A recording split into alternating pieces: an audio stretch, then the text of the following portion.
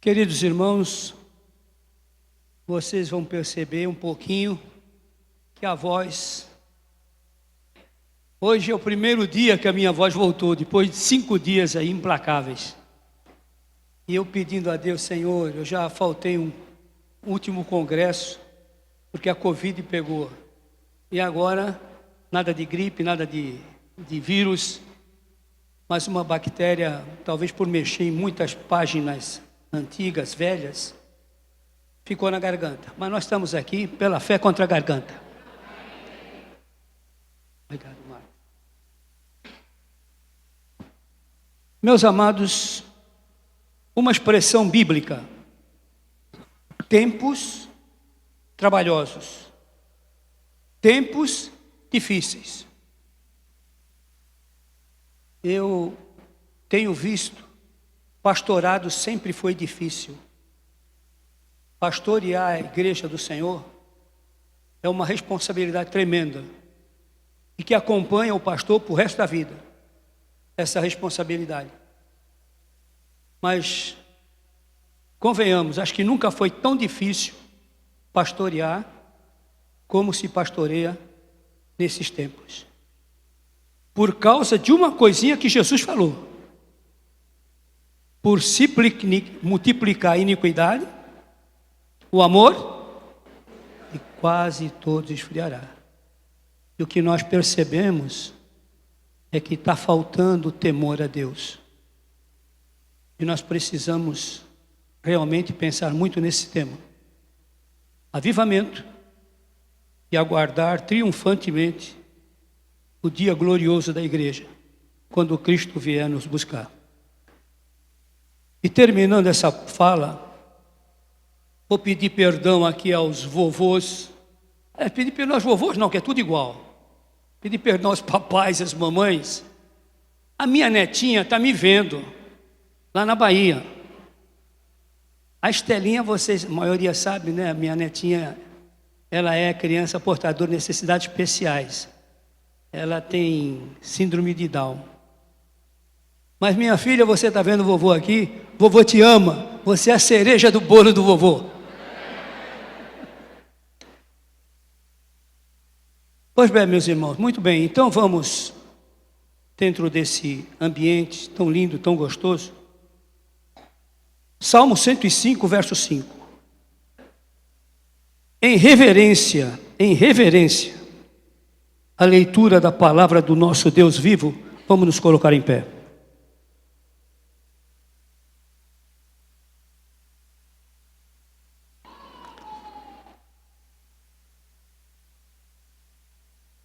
Salmo 105, o verso 5. Aqui aparece uma citação de 1 Crônicas 16, 12.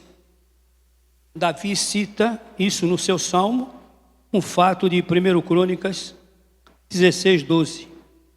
Diz o seguinte: lembrai-vos das maravilhas que fez, dos seus prodígios e dos juízos da sua boca. Lembrai-vos das maravilhas que fez o Senhor, dos seus prodígios e dos juízos da sua boca. Que Deus aplique a leitura da sua santa palavra no nosso coração. Podeis sentar. Queridos irmãos, eu quero ser breve. Não breve para agradar, mas breve para poupar os irmãos também. Parece que amanhã é o dia que termina e terminar um pouquinho mais cedo, então, da minha parte. Por que esse texto? Por que esse texto? Lembrai-vos das maravilhas que fez. E realmente é uma coisa que a gente sempre precisa lembrar. Das maravilhas que Deus tem feito, que Ele faz conosco. Basta lembrar, vocês aí, eu também, quantos problemas dificílimos, quanto mar se fechou diante de nós, quantas vezes? Quantas vezes nós tivemos de frente de um mar fechado, que nem Moisés e o povo judeu? Quantas vezes lidamos com situações difíceis, problemas que parecem insolúveis, Mas, e aqui todo crente, não tem exceção, todos aqui têm aquele dia de oração, lembra? Aquela experiência que você orou, passou, 1, 2, 3. E nós somos tão limitados que quando vem a próxima aprovação, a gente já fica novamente, será que vou sair dessa? Quantas situações dessas? E Deus está sempre nos lembrando, lembrai-vos das maravilhas que Ele fez e fará, e continuará fazendo, até que se cumpra tudo, e nós então tenhamos uma eternidade de maravilhas. De maravilhas. Então, queridos, eu estou numa idade agora, que às vezes eu paro para pensar, meu Deus, estou perto dos 80. E aí você já fica achando, né? Passa para todo mundo. E fico pensando, fazendo uma avaliação na minha vida, mente. E meus irmãos, dessa avaliação saiu o desejo de compartilhar essa mensagem com vocês. Lembrai-vos. Lembrai-vos. Tenho feito a Deus. Aqui ler o Salmo 139. Que salmo? O salmo do sonda-me. E há de se clamar, Senhor, sonda-me. Sonda-me. Enfia uma sonda. No fundo, quando você ora, sonda, você está pedindo para Deus, enfia uma sonda e tira fora o que não presta. É isso. A sonda não é para tirar a impureza? Então você enfia a sonda e tira. Então Davi fez essa oração. Sonda-me. Sonda-me. Prova-me. Porque Davi queria melhorar. Ele queria ter mais afinidade com Deus. A oração do expurga. Tenho feito a oração do expurga. Eu peço, Senhor, expurga-me daqueles pecados que nem eu mais me lembro. Mas eles estão arquivados lá dentro. Expurga-me. Puxa para fora. Para que eu possa confessar o meu pecado, que nem eu mesmo lembro mais. Para que eu alcance misericórdia. E fazendo essas orações, irmãos, eu parei para pensar e me lembrei. Eu quero abrir um parênteses aqui. Eu sou muito devedor à família Gilmer. Me lembrei que quando comecei a trabalhar com o pastor Gilmer, lá em Santos e São Paulo, Thomas Gilmer, ele disse para mim, você ama os judeus, não ama? Eu amo. Mas os judeus esperam o milênio. Ele sabia que eu não queria o milênio, que eu era amilenista. E ele falou, você precisa estar num grupo que crê no milênio. E começou a me mostrar. E eu cheguei um dia e falei, mas se o judeu espera o milênio, que é o que eles estão aguardando lá de uma maneira errada, eles acham que vai chegar um novo Messias para eles e vai tirar Israel de servidão e vai pôr Israel como cabeça. Aí eu comecei a me interessar, resultado. Graças a Deus, sou pré-milenista, creio no milênio. Então comecei a me lembrar esse tempo de comunhão batista bíblica. Eu era pastor da Convenção Batista Brasileira, pastoreei uma igreja lá em Santos, a Igreja Batista Memorial, 4 anos.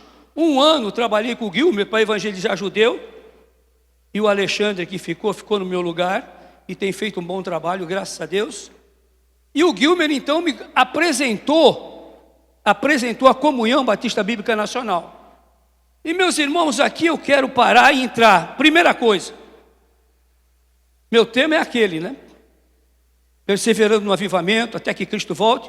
Mas eu coloquei 2 pontinhos aqui que eu acho necessário, até para nos ajudar. Eu acho necessário 2 pontinhos aqui. O primeiro, por incrível que pareça, vá lá, Romanos 13, verso 7.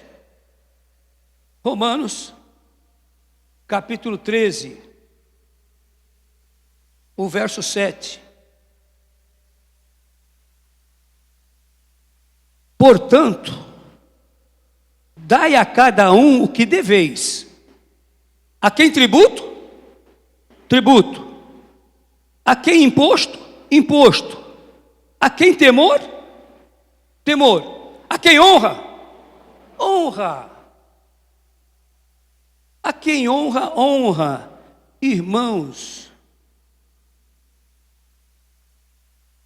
Jesus Cristo, digno de ser honrado, e nós o honramos. Esse congresso existe por causa dele. Nós o louvamos, o adoramos, o glorificamos. É o Deus vivo que se fez pecado por nossa causa. Mas a Bíblia não nos proíbe de honrar a valores, pessoas que marcaram nossa vida, pessoas que marcaram geração, pessoas que deixaram legados, pessoas que se deram pela obra. Jesus, quanto aos profetas, sobre honra, ele diz assim: não há profeta sem honra, aonde? Na sua própria cidade, sua própria casa. Então ele não proibiu a honra, ele está dizendo que o profeta na sua casa não tem honra. Mas deve ser honrado. Deve ser honrado porque deu a sua vida para levantar glória para o nome de Jesus Cristo. Então, dentro desse princípio, Salomão escreveu que a humildade, ela precede a honra. São vidas que se deram, são vidas que padeceram. Como dizia o saudoso Josué, matavam, como é que é? O barro, mas pisavam no barro, amassava barro. Então eu trouxe aqui, nesse período, de ver o quanto esses homens me ajudaram. O quanto eu cresci na minha vida espiritual, na minha vida ministerial, trabalhando com esses homens.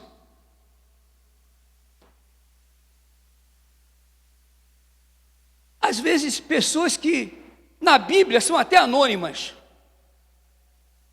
Irmãos nossos. Tinha uma irmã que, quando eu ia visitá-la, e ela conversava conosco, ela dizia assim para mim: está vendo essas perebas que tem aqui? Eram 2 calos, um em cada joelho. Ela disse: pastor, enquanto o senhor e o Gerson Rocha estão pregando lá, eu estou com esse joelho no chão, orando pelo senhor. É uma mulher que, graças, já foi embora, está na glória com o Senhor. E ela dizia: Senhor, não deixa meus filhos se perderem. E no dia do enterro, as 2 filhas voltaram para Cristo. No dia do enterro dela. São vidas que marcam, vidas que abençoam. Tem uma lá na nossa igreja. Como é que a gente não honra essas pessoas? Tem uma lá na igreja, o ladrão roubou o Fusca dela, não é isso, pastor? Roubaram o Fusca da mulher.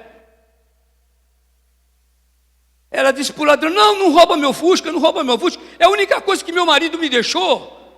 Viúva, era a única coisa que ele tinha deixado para ela. Não rouba meu Fusca. Não, vou roubar sim, dá aqui o Fusca, eu vou levar embora. Ah, tu vai me devolver esse Fusca ainda.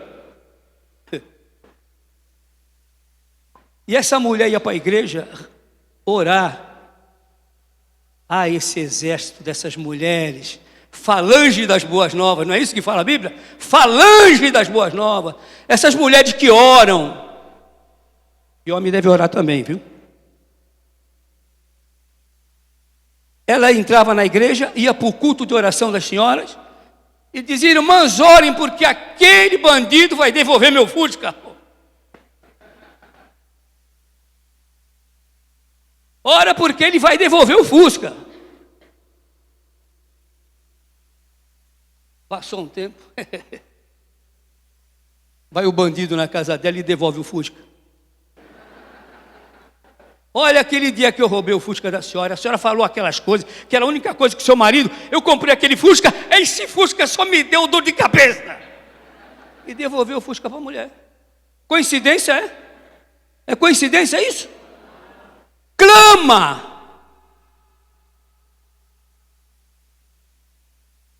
Precisamos reverter esse quadro, sim, aí cantaram aqui, não é? Os lugares que não temos representatividade. Oração, gente, é orar, é clamar.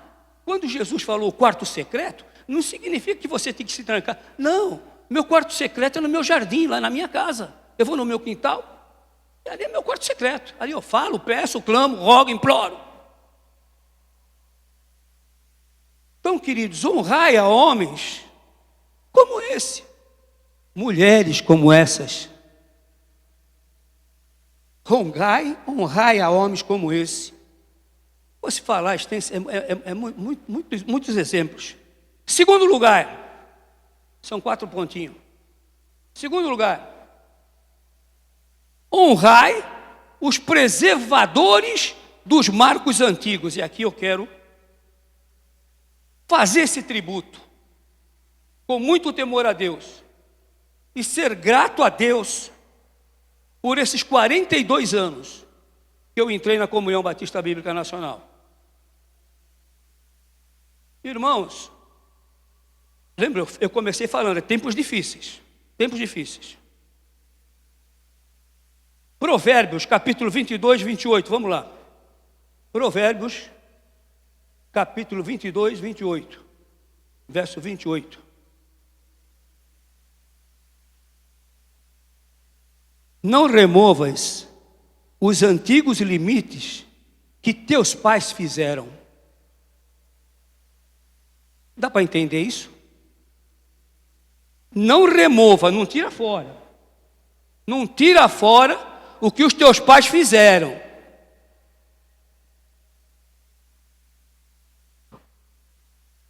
Honrai os preservadores dos marcos antigos. E no Provérbios capítulo 23, o capítulo depois aí, 23, verso 10. Não removas os marcos antigos, nem entre no campo dos órfãos. Não remover marco antigo. Salmo 12, verso 1. Fala sobre os justos. Veja que coisa tremenda. Principalmente pensando nisso nos dias de hoje. Capítulo 12, verso 1. Diz assim a palavra: salva-nos, Senhor, porque faltam homens bons. A tradução outra fala fiéis. Porque são poucos os fiéis entre os filhos dos homens. Pastor, o que tem que haver isso? Preservadores dos marcos antigos. Irmãos, eu sempre, assim, a gente fala isso até num tom de, graciosamente, né? Um tom de humor. Eu sempre me considerei não batista, mas baptista. Não batista, mas baptista. E eu vim trabalhar numa comunhão que só tinha baptista. Irmãos, como eu sou grato a Deus por esses pastores que não estão mais com a gente, mas eu vi Jesus Cristo na vida desses homens, eu vi fidelidade desses homens, eu vi esses homens aí chorando, eu vi esses homens aí batalhando pela fé que uma vez foi dada aos santos, mas batalhando mesmo. Aquilo que Paulo falou a Tito, eles faziam. Tu, porém, fala o que convém ao quê? A sã doutrina. Então hoje, quando eu estou aqui, eu me lembro Isaías Mota. Quantos aqui se lembram do velho Isaías? Olha, um bom número. Isaías Mota. Vinha ele aqui com o menino dele lá, o Cláudio. É Cláudio? O filho mais novo dele, né? O Cláudio. E cantava aqueles hinos do cantor cristão. Brigou, no bom sentido, lutou a boa luta para preservar os hinos do Senhor, para preservar os hinos espirituais. Foi um baluarte nessa área, porque preservou, batalhou, marcos que não podem ser removidos. mensagens de assim diz o Senhor. Nosso Josué Félix. Quanta coisa eu aprendi com Josué. Josué encontrava pastor Gerson, aquela conversa teológica. Sempre era uma voz presente, equilibrada. Homem que amou o ministério. Gerson Rocha, a quem tive o prazer de ser auxiliar dele durante 16 anos. E é o que o Vitor ficou comigo, não é isso?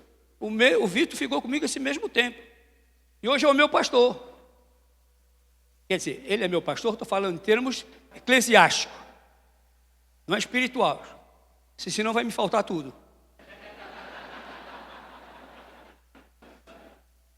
Mas é o meu pastor, estou debaixo do cajado dele, da liderança do cajado dele. Graças a Deus, pela maneira como a igreja tem sido conduzida. Vejo também que tem novos pastores aqui conduzindo suas igrejas ali, dentro desse legado que nos foi deixado. Um legado que nos foi deixado. E o que falar? Ele não era batista bíblico, é uma pena. Ele não foi um batista bíblico. Os missionários americanos que passaram entre nós, e quem marcou muito a minha vida foi um batista independente. Amém ou não? Jimmy Rose. Se deu para o pastor Jimmy Rose ter a casa dele, foi preciso a igreja empurrar ele para ter a casa. Ele não queria saber de casa, não. Ele fazia, eu vim aqui para pregar o evangelho. E construiu uma obra maravilhosa. A maior parte daquelas igrejas aqui, interior de São Paulo ali, né? Ribeirão Preto, tudo foi trabalho dele. Para a glória de Cristo. Mas Paulo fala, notai a homens e honrai a homens como esse. Honrai a homens como esse. Também, um outro que marcou muito a minha vida, pela sua posição firme na condução do cajado, manter um rebanho unido, pregando a sã doutrina. Pedrão, quem lembra do Pedrão aqui? Olha o Pedrão, pastor Pedro Pereira. Irmão, esses homens deixaram um legado. E quando eu vejo assim, vou nesses congressos, eu me lembro deles, no tempo que estava chegando.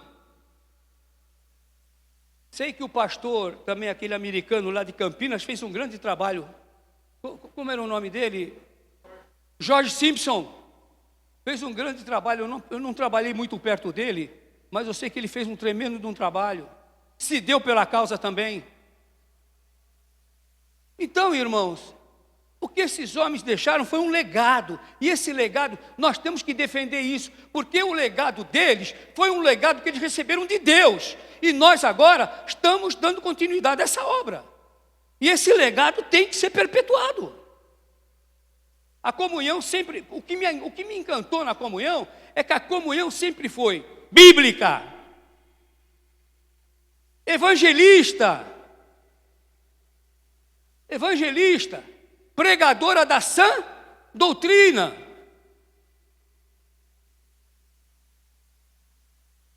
E guardou a esperança da glória que nos há de ser revelada quando Cristo voltar. Então eu amo essa denominação. Eu amo essa denominação.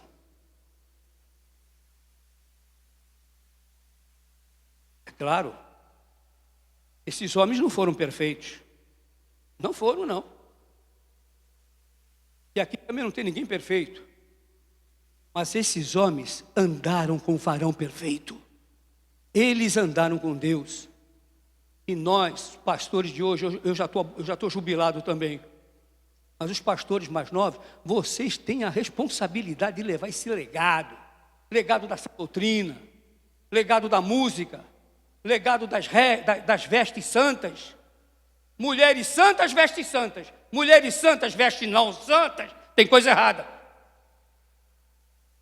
A música, celeste música. Irmãos, eu sempre falei para o pastor Vitor, a apostasia Ela começa pela música.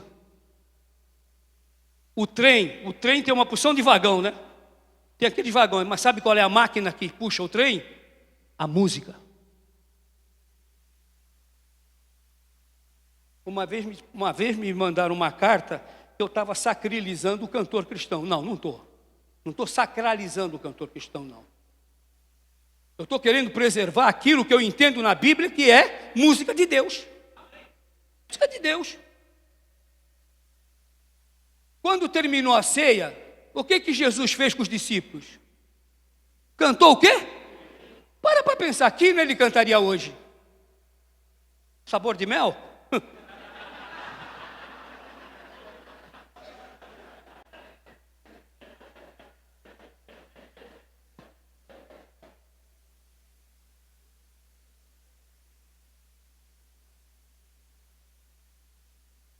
Você é raridade. Você nasceu para vencer. Eu estou apaixonada por Jesus. Se quebra, se humilha diante dele. Ó Deus, tu que habita no alto e supremo trono, tem misericórdia desse miserável que sou eu. Faz parte do legado. Para terminar essa parte e entrar nas duas últimas, eu fui convidado, não foi, logo que eu cheguei em Vitória da Conquista, fiquei um tempo lá com o pastor Rocha, e alguém me convidou, pastor, aqui em Mata Verde, lá em Minas, no Vale do Jequitinhonha, vai ter um congresso de jovens. Dá para o senhor lá dar uma palavra sobre música? Pô. Aí, quando cheguei lá no congresso, fiquei hospedado na casa de um irmão. Gente, quando a Bíblia fala música de Deus, é música de Deus. Eu vi um milagre. Eu fiquei hospedado na casa de um irmão, o nome dele é Alcedino, se não me engano, Alcedino. Ele me contando a história dele, né? O culto ia começar de noite, eu estava lá, nós íamos fazer um lanchinho. Aí ele falou, pastor, há 12 anos,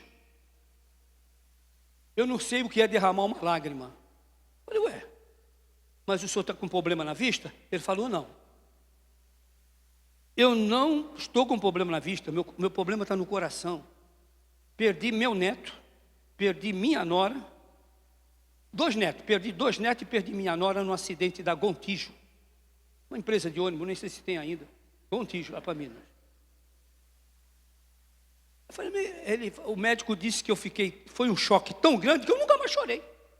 Faz 12 anos aí, eu nunca mais derramei uma lágrima. Eu falei, poxa, mas que coisa, e como é que o senhor consegue? Sei lá, aqueles métodos que usavam, né?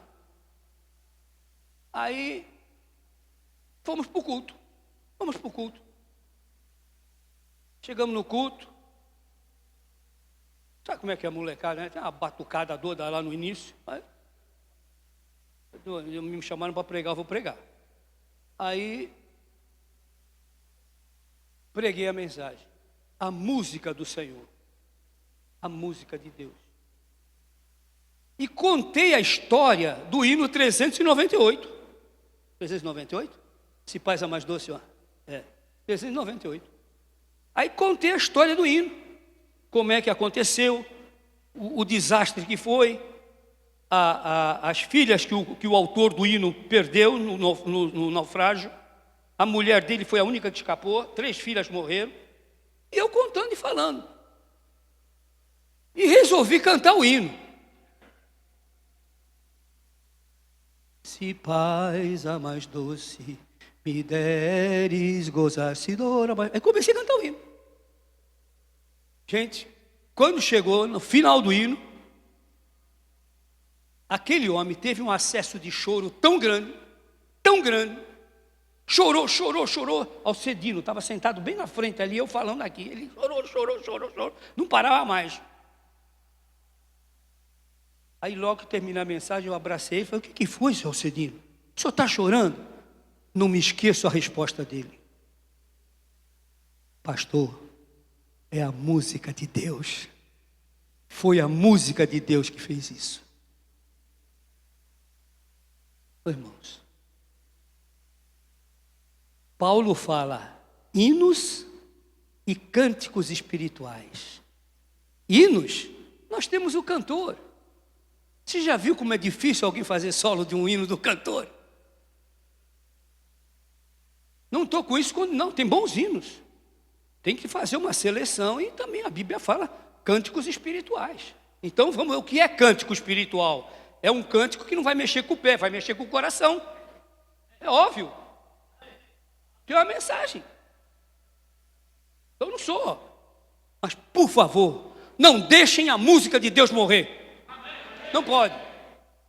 Cantem esses hinos. Cantem esses hinos. Esses hinos são uma mensagem, gente. Quantas gente foram levados a Cristo pela instrumentalidade de um hino? Um hino. Aquele 396, né? Foi na cruz, onde um dia eu vi meu pecado castigado em Jesus. Como é que é o resto? Eu agora?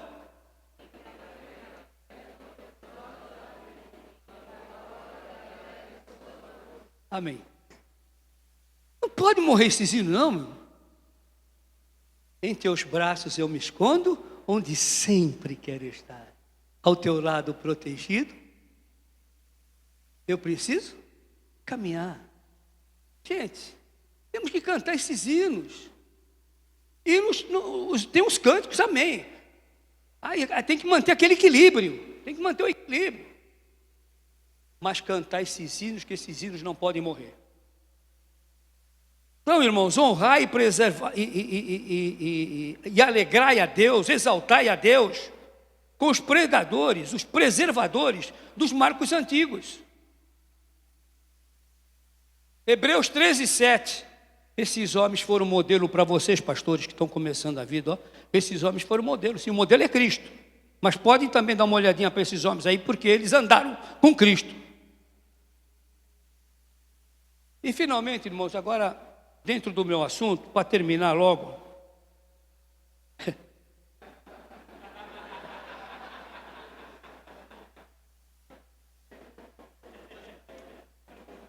É um problema, né, meu companheiro? É um problema. É um problema o relógio. Agora, irmãos, perseverando, lembrai-vos das maravilhas que ele fez. Como? Perseverando no dia de glória que vai estar chegando logo, logo para a sua igreja. Já pensou, gente?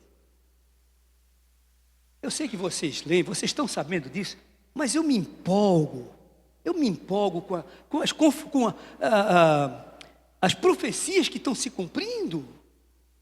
Vocês sabiam que aquele Cristiano Ronaldo estava rodando pelas ruas, não sei se era do Rio Grande do Sul ou de São Paulo, visitando lá os postos de gasolina? Não era o Cristiano Ronaldo, era a inteligência artificial.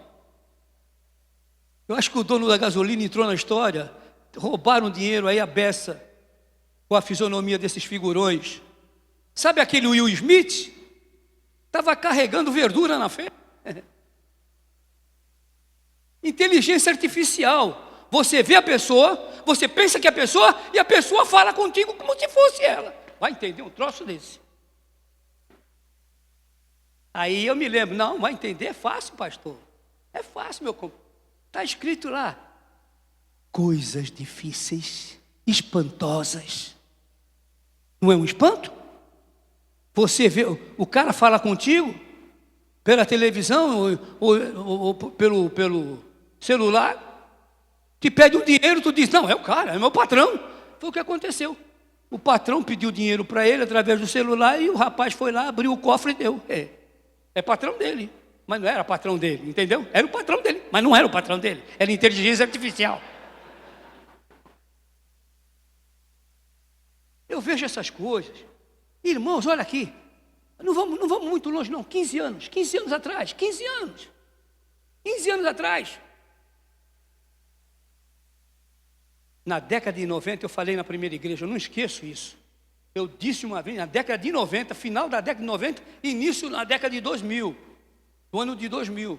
Eu disse uma vez para a nossa igreja lá, cuidado, porque vocês ainda vão ver casas comerciais, locais públicos com 3 banheiros. 3 banheiros. Ele, elas e eles. Que agora deve ser tudo, todos e todos, né? Um negócio assim. Deve ser assim, porque estão querendo mudar o... Não é? Não estão querendo mudar o que é tudo, todos, todos. Não, gente, a gente ri, porque causa riso de você ver aonde a coisa está chegando quando o homem perde a visão de Deus. Chega nesse ponto. E aí é que está o problema. E nós estamos fazendo o quê? Estamos nos preparando para isso? Gente, Jesus Cristo está na iminência de voltar. Iminência de voltar. E nós temos aquela palavra do profeta, que eu agarro muito aquilo. Prepara-te para te encontrares com o Senhor teu Deus. Nós vamos nos encontrar com Ele. E como é que está a vida? Como é que nós estamos? Estamos preservando? Estamos guardando os valores? Estamos mostrando que somos crentes? Desde a hora que acordamos, a hora que vamos dormir, ainda dormimos, orando pela cama, sonhando com as coisas do alto. Está aqui, meus amados, perseverando na aproximação do dia glorioso da igreja. Aonde que você ia ver homem casando com homem, mulher casando com mulher, há 15 anos atrás? Você está vendo aí. Mas é o Paulo que fala isso aqui, sabia? Está na tua Bíblia, Romanos capítulo 1. Paulo está dizendo que no fim, homem ia casar com homem e mulher vai casar com mulher. Quer uma coisa mais clara do que essa? Mais de 340 milhões de crentes estão sendo perseguidos no mundo todo. E aqui está chegando, hein? Aqui está chegando. Oh, daria para falar outras coisas aqui, mas eu vou ficar quieto. Você já deu para entender, né? Como é que se aprova certas coisas. Quem tem ouvidos para ouvir, ouça. Quem tem ouvidos para ouvir, ouça. Como é que os crentes podem aprovar coisas que não estão na Bíblia? E não estou falando de política, não. Estou falando de vida cristã. Vida cristã, vida com Cristo. Aborto, drogas. Jesus sabe por que eu estou falando isso.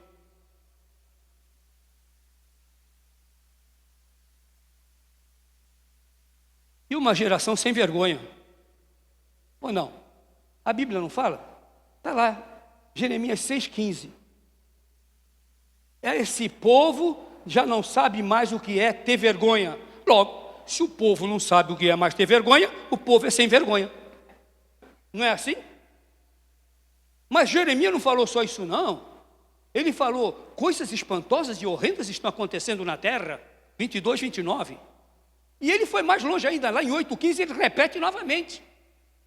O homem e a mulher já não sabem mais que coisa é ter vergonha. Automaticamente, perderam a vergonha. Muita gente se dizendo de crente, mas vestida como o diabo gosta. Ou nós somos crentes ou não somos. Ou somos ou não somos. Não tem nada de modismo, não. Não imiteis o mundo, nem os modismos que no mundo há. Gente, nós fomos chamados para sermos filhos do Deus Todo-Poderoso e Santo. E essa santidade tem que ser vista na nossa vida.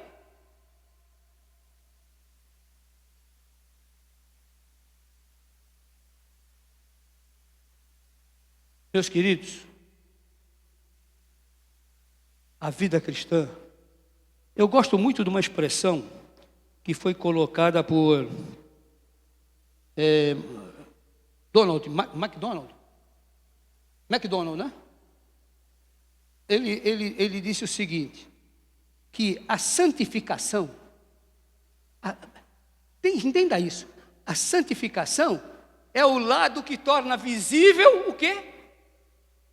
Olha só, a santificação no crente é o lado que as pessoas veem, que está do lado de dentro, que é o quê?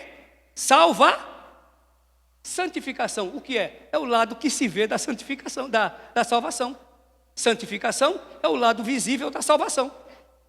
Tu és salvo? Sou. Está claro isso? Se deixou claro, a tua salvação está sendo transformada em santificação. É aquele processo do dia a dia que Paulo falou, em outras palavras, hoje, mais morto do que ontem. Amanhã, mais morto do que hoje. Porque se a sementinha não cair na terra e não morrer, vai ficar o quê? Só. Mas se morrer, vai dar muito fruto. Então, queridos, é isso aqui. Perseverando, a aproximação do dia de glória. E finalmente terminando. Perseverando por avivamento.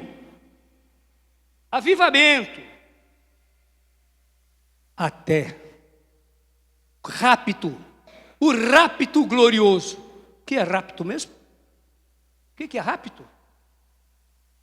Arrebatamento. Arrebatamento, Deus vai raptar a igreja. Jesus vai raptar a igreja. É o rapto. Nós seremos raptados, sequestrados. Jesus vai nos sequestrar desse mundo. E aí vem o anticristo e faz o que ele quiser aí. Mas a igreja não vai estar mais aqui, não. Amém.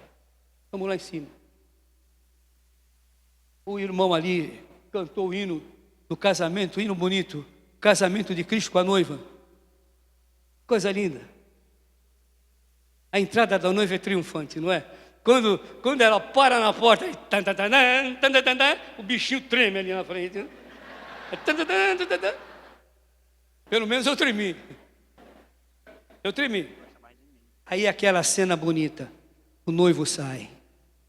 Vai pegar ela ali pelo braço. Vem, querida minha. E vamos aos nossos amores da glória. A igreja, Cristo. Cristo é a sua igreja. Então, meus queridos, e como é que se persevera? Primeiro, volto para a oração. Não há avivamento se não houver oração. A oração é coisa para crente, não para incrédulo. Embora não estamos ignorando que o mundo está em pleno avivamento das trevas, ou não? Está em pleno avivamento das trevas. Mas o crente, avivamento é para crente, não para incrédulo. E crente que pede a Deus, Senhor, quebra-me. Isso é avivamento. E um dos exemplos que me toca muito, nada camarada, um dos exemplos que me toca muito, abram aí, irmãos, lá em Lucas 5, 4 a 8, que para mim diz o que é um avivamento. Uma visão de quem Jesus é. Isso é avivamento. Pedro teve essa visão. Veja lá em Lucas 5, 4, 8. Lucas 5, capítulo 4, verso 8. Lucas capítulo 5, aliás. Está aqui. Versos 4 a 8. Aqui, qual é o contexto aqui? Jesus faz aquele sermão, prega, os barquinhos estão ali na praia, no lago de Genezaré, pescadores desceram dele, estavam lavando as redes. E aí no verso 3, entrando num dos barcos, que era o de Simão Pedro, pediu-lhe que o afastasse um pouco da terra. E assentando-se, ensinava o povo do barco e a multidão. Ele ensinava do barco o povo e a multidão. E quando acabou de falar, olha isso aqui, irmão, quer saber o que é avivamento? É isso. Avivamento é isso aqui. Vejam só que coisa interessante. E quando Jesus acabou de falar, ele disse para Simão, Simão, vai ao mar alto, faze-te ao mar alto, e lançai as vossas redes para pescar. Tinham pego nada. Aí Pedro olhou para Jesus. Vê como uma coisa muda, é uma questão de olhar. É uma questão de ver Jesus e ver você. Pedro aqui ainda não tinha visto, mas agora ele tem uma visão tremenda. Olha aqui. E respondendo Simão Pedro disse: Senhor, havendo trabalhado toda a noite, nada apanhamos, mas sobre a tua palavra lançarei a rede. E fazendo assim, colheram uma grande quantidade de peixes e rompia-se-lhe a rede. E fizeram um sinal para os companheiros que estavam no outro barco, para que fossem ajudar. E foram e encheram o barco de peixes, de tal maneira que quase que o barco afunda. Agora, verso 8, marque isso na sua Bíblia. Aqui Pedro viu ele e Jesus. Ele não tinha visto ainda não. Ele tinha visto Jesus, o pregador. Mas esse encontro com Cristo, isso quebrou ele todo. E foi por isso que foi o que foi, com as suas limitações, claro, nunca esquecendo disso. Mas foi um homem que morreu, segundo a história, de cabeça para baixo, na cruz, porque não queria morrer igual a Jesus. Ele disse: eu não sou digno de morrer como ele morreu, então me pendura de cabeça para baixo. E morreu de cabeça para baixo. Mas olha a visão aí, olha a visão.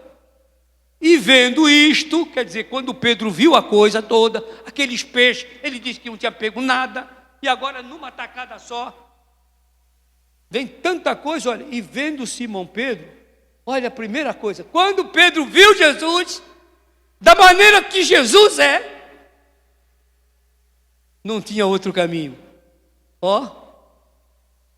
Prostrou-se, boca na terra. E olha o que ele diz aí. Simão Pedro prostrou-se aos pés de Jesus e disse: Senhor, ausenta-te de mim, porque eu sou um homem pecador. É isso que nós precisamos. Avivamento é eu ver o que eu sou e ver quem Deus é. Quando eu olho aqui para dentro, não vejo nada de bom, não. Você vê? Eu não gosto do que eu vejo aqui dentro, não. Mas quando Pedro viu Cristo, o Santo de Deus, fez o que fez: Senhor, afasta de mim, porque eu sou um pecador. Irmãos, é esse avivamento, essa visão. Avivamento não é gritaria, avivamento não é música maluca, não é música estridente, não é música louca, não são palavras ininteligíveis, não. Avivamento é isso aí. Senhor, eu sou um miserável de um pecador. O fariseu, o publicano, avivamento é aquilo. Tem misericórdia de mim, Senhor, que eu nem digno sou de olhar para ti. Avivamento é isso. Quando isso acontece, irmãos, um quadro desse muda. Um quadro desse muda. Me refiro ao programa. Esse quadro muda. Nós sabemos que está difícil, sim. Mas a ordem que nos foi dada foi até o fim. Pregar até o fim. Pregar até que ele volte. Essa é a missão da igreja. O pastor Rocha já dizia naquele tempo. Os antigos aqui se lembram disso. Quando a igreja entra no assunto de Deus, Deus entrou no assunto da igreja. É missões, é Cristo, é consagração, é oração, é deixar claro que somos um povo diferente. Nós estamos vivendo uma geração de oba-oba. Nós estamos vivendo uma geração que Jesus avisou. Gente, vai crescer tanta iniquidade que ninguém mais vai temer nada. Vai temer nada. Eu falei domingo na igreja lá, domingo que eu falei lá, saiu um vídeo aí, estavam vendendo ovos da galinha de Abraão.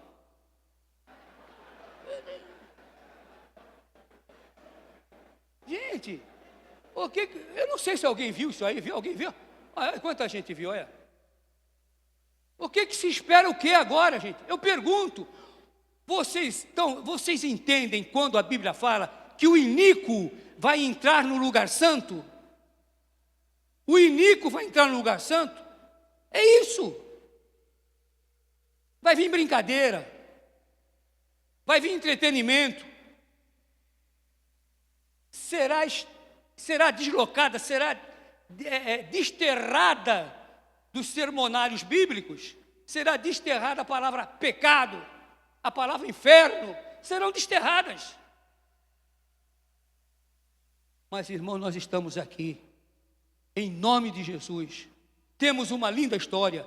Temos um legado de homens que se deram por Deus. E temos um Deus que está com o seu povo.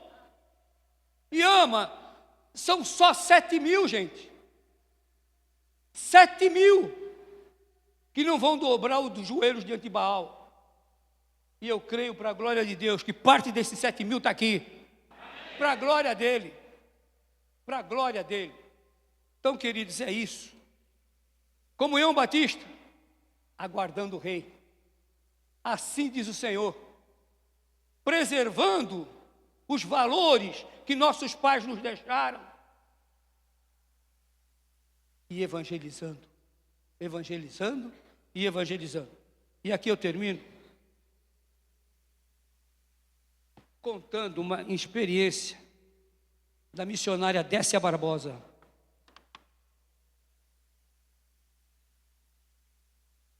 A Décia era missionária na Bolívia. Eu tenho essa história dela cortada. É pequeno e eu termino. A Décia trabalhava na Bolívia, perto de um rio chamado Rio Puentes.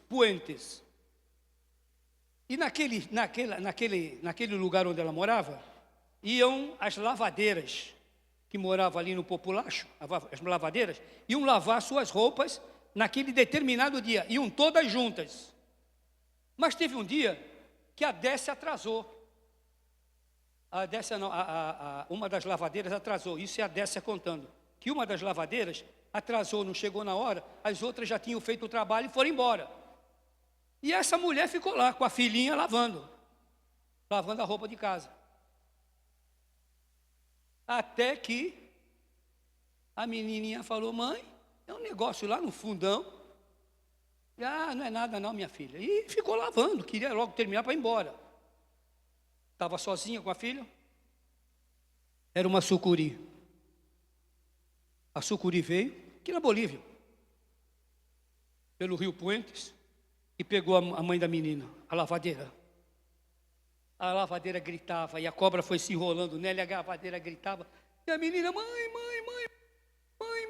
Aí a menina se lembrou que o quartel não era muito longe dali, correu no quartel, chamou os soldados: olha, o peixe pegou minha mãe, a cobra pegou minha mãe, a cobra pegou minha mãe. Aí saíram os soldados de lá do jeito que estavam, saíram com facões e tudo na mão, e vieram, chegaram lá, começaram a dar com o facão na sucuri, facão para cá, facão para lá.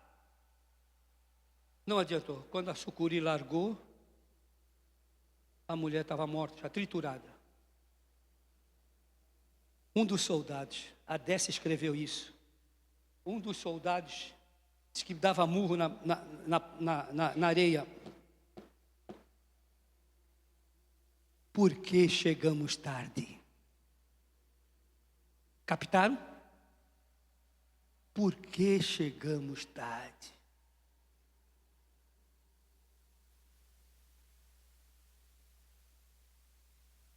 Está aí as necessidades que foram expostas. Estamos atrasados? Queridos, os dias estão passando, Jesus Cristo está voltando, e a ordem é essa: trabalhai até que Ele venha. Que Deus nos abençoe. Amém.